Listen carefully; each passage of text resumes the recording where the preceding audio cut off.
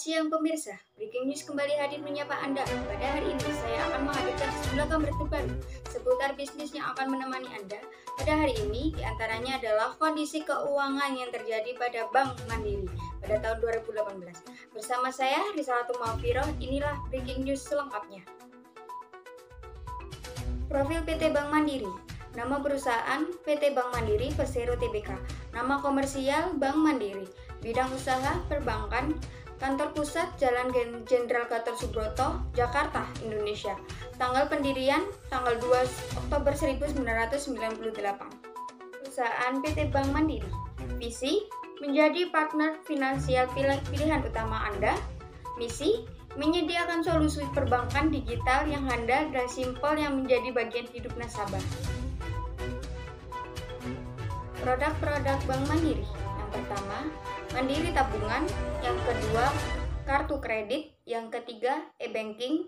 Yang keempat, Mandiri Deposito. Yang kelima, e-card. Yang keenam, Mandiri Prabayar.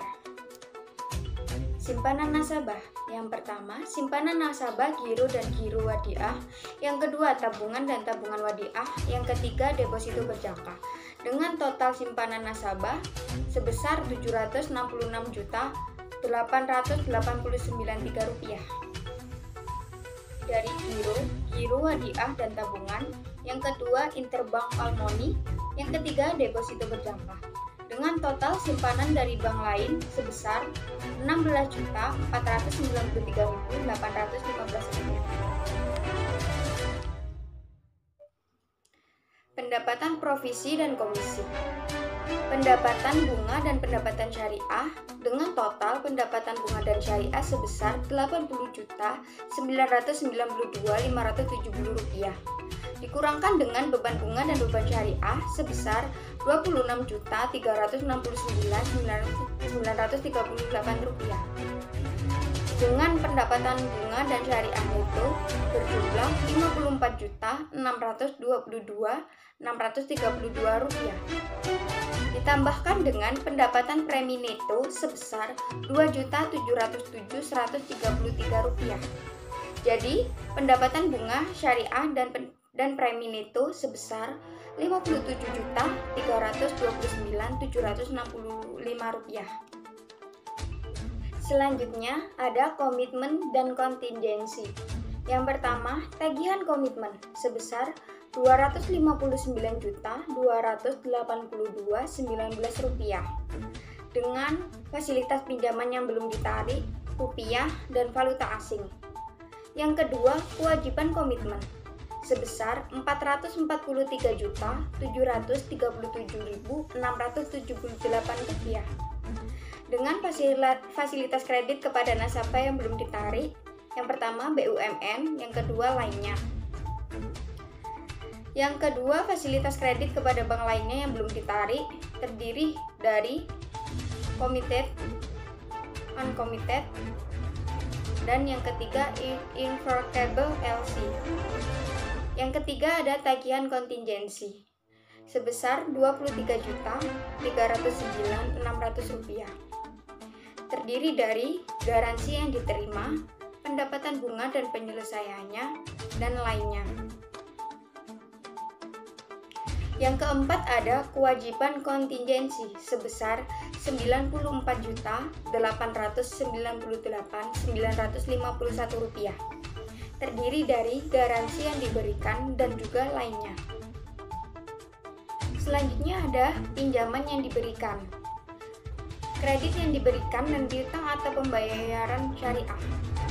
Yang pertama ada kredit yang diberikan berdasarkan jenis mata uang, pihak berelasi, dan pihak ketiga. Yang pertama ada rupiah dengan jumlah tahun 2018 Rp624.427.171. Di tahun 2017 rupiah bertotal Rp602.168.145. Yang kedua ada mata uang asing.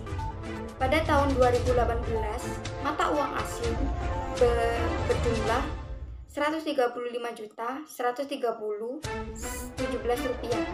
Pada tahun 2017 Rp109.869.720. dikurangi dengan cadangan kerugian penurunan nilai pada tahun masing-masing sebesar Rp31.796.93. Pada tahun 2017 sebesar Rp33.745.345. Kinerja keuangan. Yang pertama, laporan posisi keuangan konsolidasi. Aset mengalami penurunan pada tahun 2017 sebesar Rp1.344.709.847. Pada tahun 2018 Rp1.252.252.994.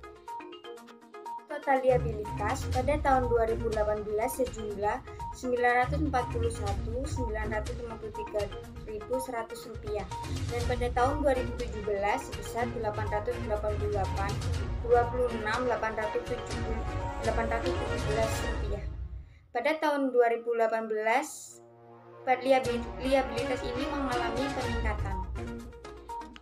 Dan juga pada ekuitas mengalami peningkatan pada tahun 2017 sebesar Rp170.600.132 dan untuk tahun 2018 sebesar Rp180.960.305. Ya, selanjutnya ada laporan laba rugi dan penghasilan komprehensif lain konsolidasian. Yang pertama ada pendapatan dan beban. Pendapatan ini diperoleh dari pendapatan bunga dan syariah neto, pendapatan premi neto dengan jumlah Rp57.329.765 pada tahun 2018. Untuk tahun 2017 sebesar Rp54.453.436.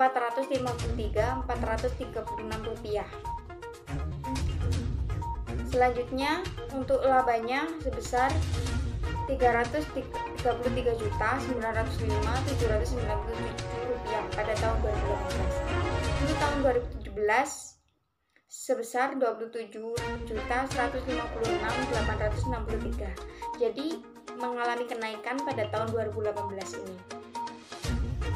Untuk laba sebelum beban pajaknya sebesar Rp37.943.359 dan pada tahun 2017 Rp27.156.863. Laba tahun berjalan pada tahun 2018 sebesar Rp25.851.937 dan pada tahun 2017 sebesar Rp21.443.42. Jadi untuk laba tahun berjalan ini juga mengalami kenaikan pada tahun 2018. Selanjutnya ada laporan perubahan ekuitas. Pada tanggal 1 Januari 2017, modal ditempatkan dan disetor sebesar Rp11.666.667. Untuk tambahan modal disetor atau agio saham sebesar Rp17.416.192. Selisih kurs karena penjabaran laporan keuangan sebesar Rp202.363. Jadi keuntungan neto yang belum diselesaikan dari kenaikan nilai wajar sebesar minus Rp759.364. Selisih bersih revaluasi aset tetap sebesar Rp25.140.523. Keuntungan atau kerugian neto aktuarial sebesar Rp49.515. Selisih transaksi dengan pihak non pengendali min Rp92.751. Jadi saldo labanya sudah ditentukan penggunaannya sebesar Rp5.380.268. Untuk yang belum ditentukan sebesar Rp91.550.525. Jadi totalnya saldo laba sebesar Rp96.930.793. Untuk kepentingan non pengendalian atas aset neto entitas sebesar Rp2 juta. Itu laporan perubahan ekuitas saldo pada tanggal 1 Januari 2018. Modal ditempatkan dan disetor sebesar Rp11.666.667. Tambahan modal disetor atau agio saham sebesar Rp17.316.192. Selisih kurs karena penjabaran laporan keuangan dalam mata uang asing sebesar Rp168.412. Kerugian atau keuntungan neto yang belum direalisasi dari kenaikan nilai wajar sebesar Rp1.117.864. Bagian efektif lindung nilai arus kas sebesar min Rp6.436. Selisih bersih revaluasi aset tetap sebesar Rp25.666.631.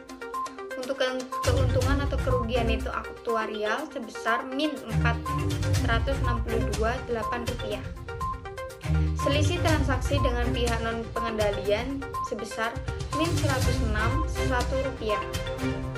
Saldo laba dengan total Rp11.357.522. Kepentingan non pengendalian atas aset neto entitas sebesar Rp3.287.289. Untuk total ekuitas sebesar Rp170.006.000. Jumlah ekuitas pada saldo pada tanggal 31 Desember 2018. Modal ditempatkan dan disetor sebesar Rp11.666.667.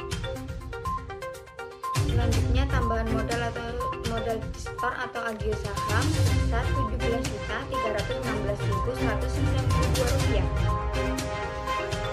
Untuk selisih kurs karena penjabaran laporan keuangan dalam mata uang asing sebesar Rp112.171. Dan kerugian atau keuntungan neto yang belum direalisasi dari kenaikan nilai wajar sebesar min Rp1.638.88. Untuk bagian efektif lindung nilai arus kas sebesar min Rp17.030.030. Untuk selisih bersih revaluasi aset tetap sebesar Rp26.432.307. Lalu ada keuntungan atau kerugian neto aktuarial program imbalan sebesar Rp348.613. Untuk selisih transaksi dengan pihak non pengendalian sebesar min Rp100.001. Untuk saldo laba 31 Desember sebesar Rp127.084.686. Selanjutnya ada laporan arus kas konsilidasian dengan arus kas dari aktivitas operasional. Pada tahun 2017 sebesar Rp30.742.913. Dan pada tahun 2018 mengalami kenaikan dengan sebesar Rp35.146.695. Selanjutnya arus kas dari aktivitas operasional.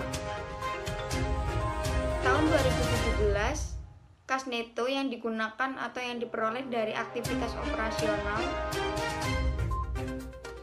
sejumlah pada tahun 2017 sejumlah Rp4.981.054.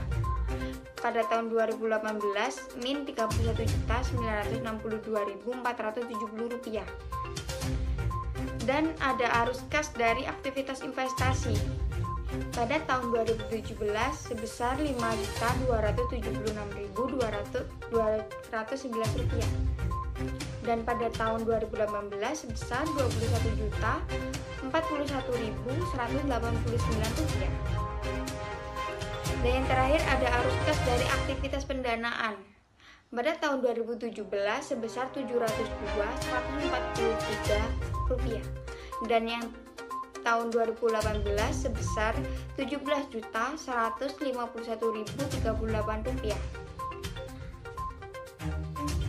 Jadi penurunan atau kenaikan neto kas dan setara kas dampak perubahan selisih kurs pada tahun 2017 Rp406.986 dan pada tahun 2018 Rp35.852.691. Rp621. Terhadap kas dan setara kas pada tahun 2017 sebesar Rp808.703 dan pada tahun 2018 sebesar Rp1.754.511. Kas dan setara kas pada awal tahun pada tahun 2017 sebesar Rp157.507.107 dan pada tahun 2018 sebesar Rp158.775.796. Kas dan setara kas pada akhir tahun 2017 sebesar Rp158.775.796. Kas dan setara kas pada akhir tahun 2018 sebesar Rp128.677.686. Jadi total kas dan setara kas pada tahun 2017 sebesar Rp158.775.796 dan pada tahun 2018 total kas dan setara kas sebesar Rp124.000.000. Sekian berita hari ini, sampai jumpa dan tunggu breaking news selanjutnya.